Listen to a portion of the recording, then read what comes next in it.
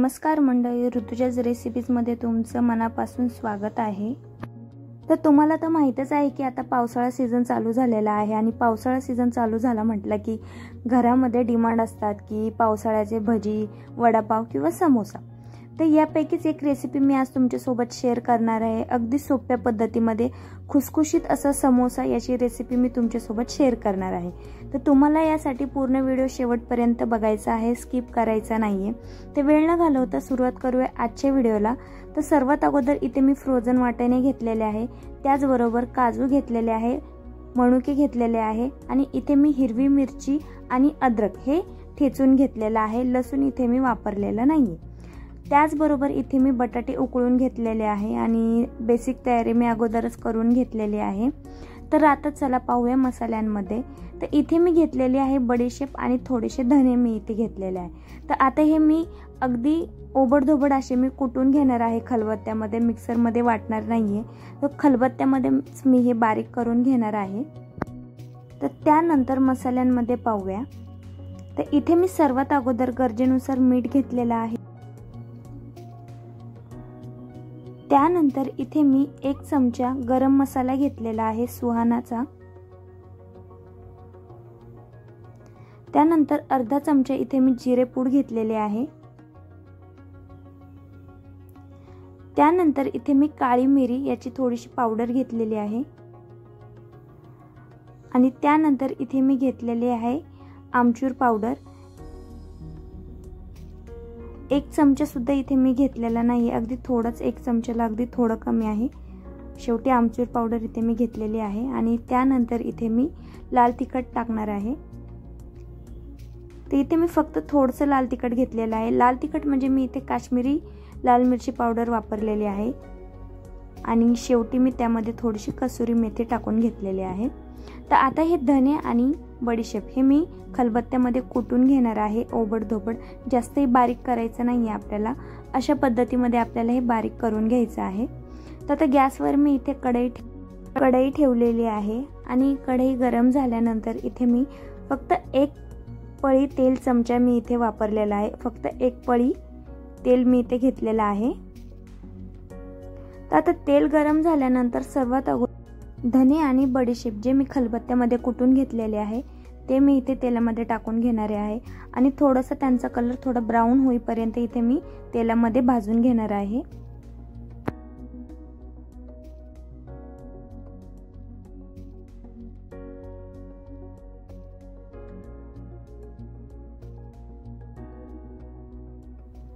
त्यानंतर इथे मी अगदी थोडंसं कढीपत्ता इथे टाकून घेतलेला आहे। आता धने आणि बडीशेप थोडंसं लालसर झाल्यानंतर इथे मी खलबत्त्यामध्ये कुटलेली हिरवी मिरची आणि अद्रक टाकून घेणार आहे। हे मी वेगवेगळं कुटून घेतलेलं आहे, एकत्र नाही। तर इथे मिक्सरपेक्षा खलबत्त्यामध्ये कुटल्यामुळे इथे जास्त चव वाढणार आहे।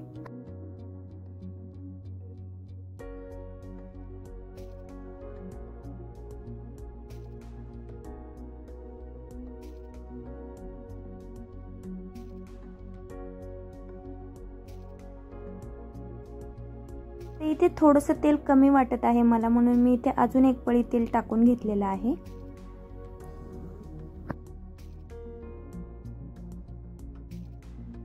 तर आता इथे मी ड्रायफ्रुट्स मध्ये घेतलेला आहे फक्त काजू आणि मनुके, हे मी यामध्ये टाकून घेणार आहे आणि काजूला लाल कलर येईपर्यंत इथे मी काजू आणि मनुके फ्राय करून घेणार आहे। इथे हा व्हिडिओ खूप मोठा झालेला आहे, तरीही मी खूप छोटा करण्याचा प्रयत्न केलेला आहे। पण ज्या गोष्टी डिटेलमध्ये सांगायच्या आहेत त्या खूप कट करून चालत नाही, त्यामुळे इथे हा व्हिडिओ खूप मोठा झालेला आहे। पण तुम्ही शेवटपर्यंत नक्की हा व्हिडिओ पहा। अगदी सोपी पद्धत इथे मी सांगितलेली आहे आणि महत्त्वाचं म्हणजे सांगायचं म्हटलं तर समोसा असं मला फारसा काही जास्त आवडत नाही, पण तरीसुद्धा मी जेव्हा घरी समोसा बनवलेला आहे त्यापेक्षा मला खरंच असं वाटलं की बाहेरच्यापेक्षा जी मी घरामध्ये या पद्धतीमध्ये बनवलेला आहे तर नेहमी खरंच खूप छान समोसा या पद्धतीने तयार झालेला आहे। तर इथे मी अगदी थोडंसं हिंग टाकून घेतलेलं आहे। तर तुम्ही सुद्धा एकदा या पद्धतीमध्ये नक्की समोसा ट्राय करून पहा, खूप सोपी रेसिपी आहे आणि मी खूप तुम्हाला अगदी सोप्या पद्धतीमध्ये इथे मी सांगितलेलं आहे. बेसिक तयारी अगोदरच सांगितलेली आहे. तर आता इथे मी जे तुम्हाला मसाले दाखवले होते ते मी इथे टाकून घेणार आहे.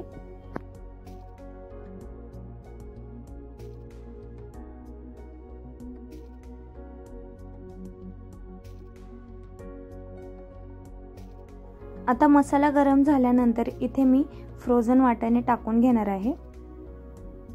तर तुम्हाला माहित असेल फ्रोझन वाटाणा असला की तो जास्त शिजायला वेळ लागत नाही. तर अगदी 3 ते 4 मिनिटं सुद्धा खूप झाले हा वाटाणा शिजायला.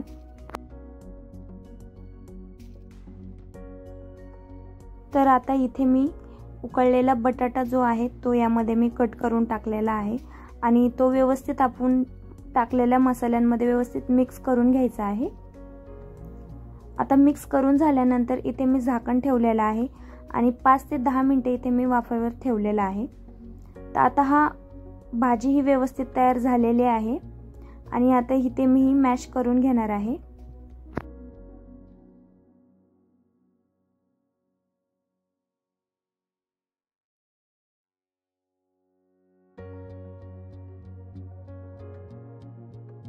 इथे बटाटा मी व्यवस्थित मॅश करून घेतलेला आहे आणि खूप जास्त हे मॅश करायचा नाही आपल्याला.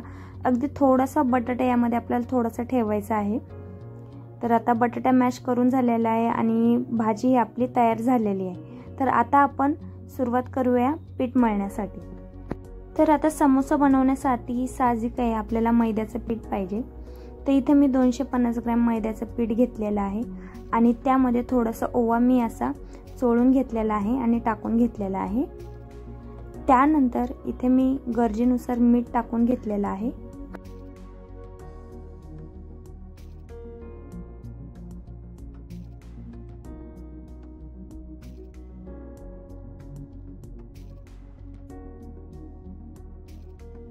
आता हे व्यवस्थित आपल्याला मिक्स करून घ्यायचं आहे आणि मिक्स करून झाल्यानंतर इथे मी तेल गरम करायला ठेवलेलं आहे, जे की आपल्याला यामध्ये टाकायचं आहे, ज्याला आपण मोहन सुद्धा म्हणतो.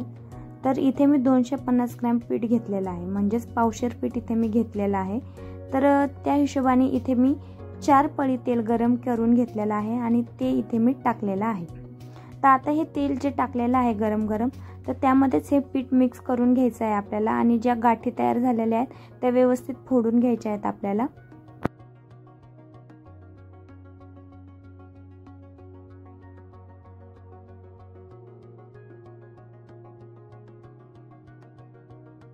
आता पीठ व्यवस्थित मी मिक्स करून घेतलेलं आहे तेलामध्ये आणि आता शेवटी इथे मी पीठ मळायला चालू केलेलं आहे. तर इथे मी लागेल तसं पाणी घेते आहे आणि पीठ हे आपल्याला जास्त घट्ट मळायचं आहे, जास्त पातळ मळायचं नाही आहे. तर ही काळजी इथे घ्यायची आहे.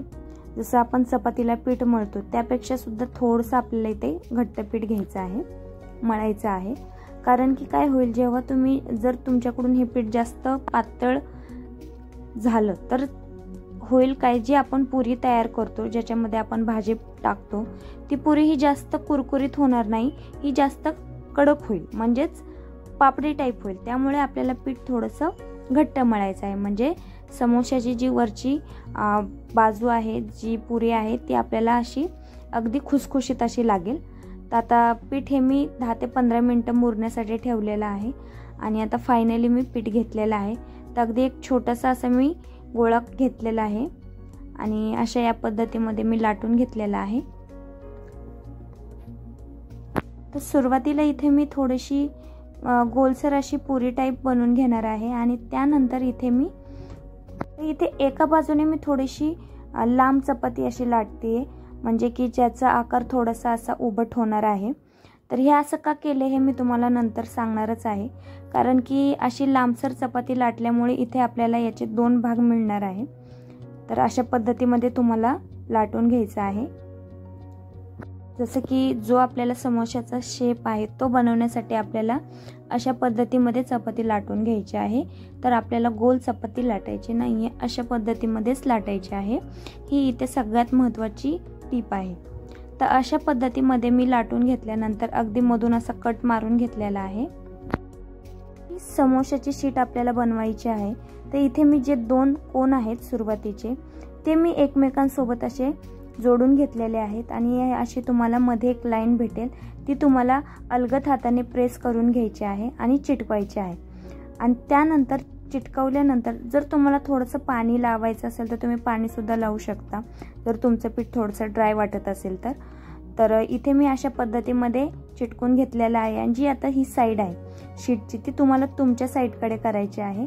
आणि त्यानंतर यामध्ये आपण अशा पद्धतीमध्ये भाजी टाकून घेणार आहोत. तर इथे तुम्हाला भाजी अगदी जास्त सुद्धा भरायची नाही आणि अगदी कमी सुद्धा भरायची नाही, एकदम परफेक्ट प्रमाणामध्ये इथे तुम्हाला भाजी ही टाकून घ्यायची आहे. आणि त्यानंतर तुम्हाला इथे जी समोशाची खालची साईड आहे ती तुम्हाला चिटकून घ्यायची आहे अशा पद्धतीमध्ये.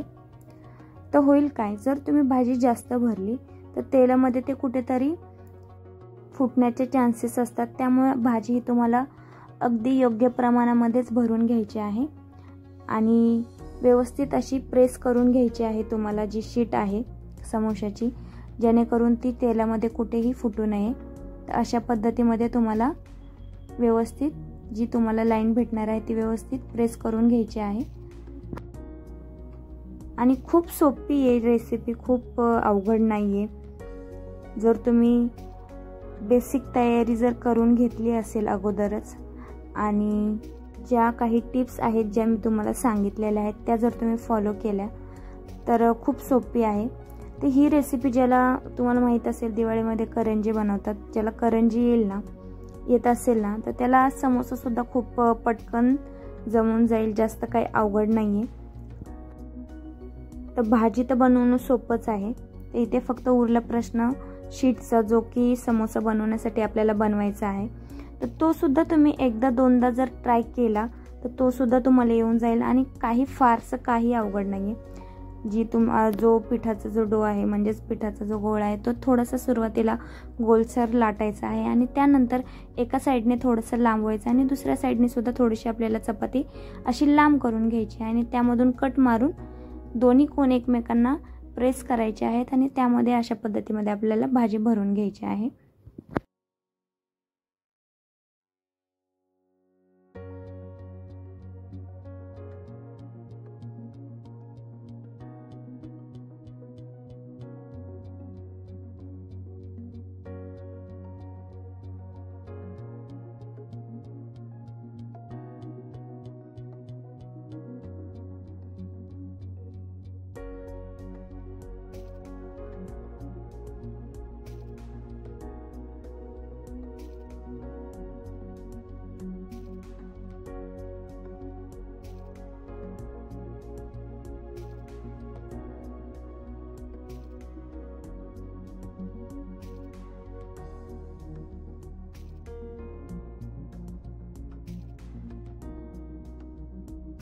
तर इथे सगळ्या समोस्यांमध्ये मी भाजी भरून घेतलेली आहे आणि फायनली आपले समोसे व्यवस्थित तयार झालेले आहेत. आता आपल्याला हे तेलामध्ये सोडायचे आहेत.